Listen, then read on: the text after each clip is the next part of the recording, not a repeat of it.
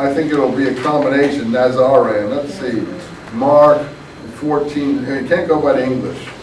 Mark 14:66, let's look at the Greek, 14:66, time is killing me.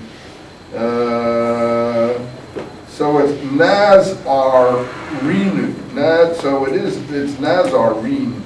So in Mark it's Nazarene, yeah, Nazarene. Not Nazarene as in John. So it is Nazarene or Nazarene.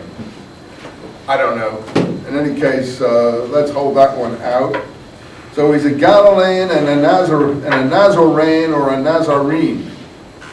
And what these terms all mean is that it's very difficult to say, except Galilean seems to be the movement of Judas the Galilean. So Jesus is somehow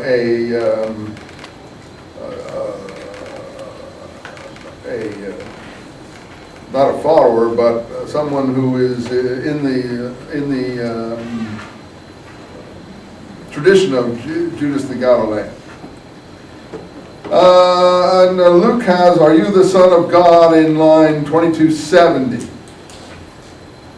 But finally, in Luke 23, they bring him to Pilate and they say, "We find this man perverting our nation, forbidding giving tribute to Caesar, and saying that he is Christ the King." So here the charge is different. It's sedition.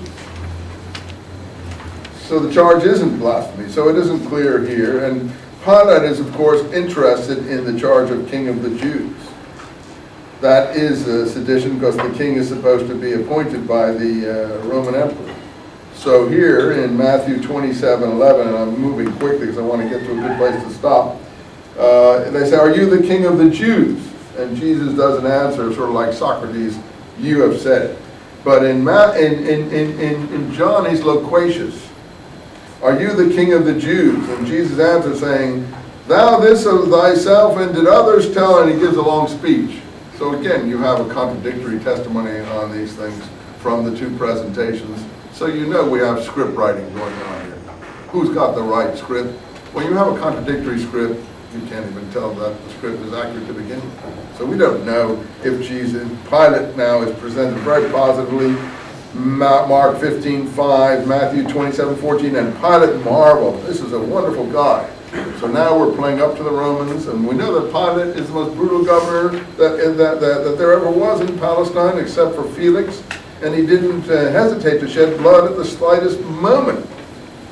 Anyway, Jesus goes on in Matthew to give a whole description of why he's not a competitor to the Roman emperor, because my kingdom is not of this world.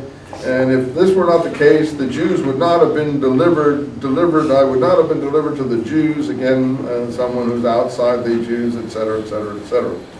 And then Pilate gets his chance in Luke to say, Luke 23:4, "I find no fault in this man."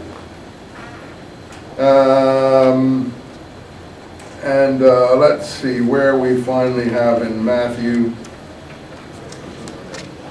If we go on and on and on here, with this situation, and Pilate saw, line 27:24 of Matthew, that he prevailed, nothing but rather a tumult was arising, and he washed his hands before the multitude, saying, "I am innocent of the blood of this righteous man." And all the people answered, "His blood be on us and our children." And so on and so forth. This is the terrible cry that the Jews supposedly cry out, "We want to be punished forever for his blood."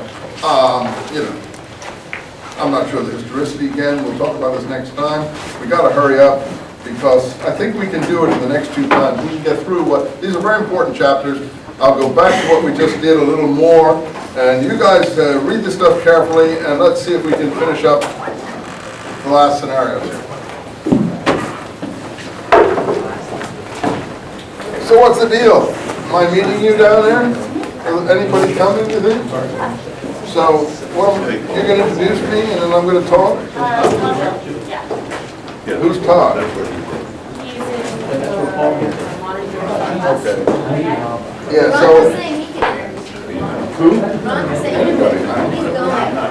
So tell me something. I got some books, so I'll put some books out there so people want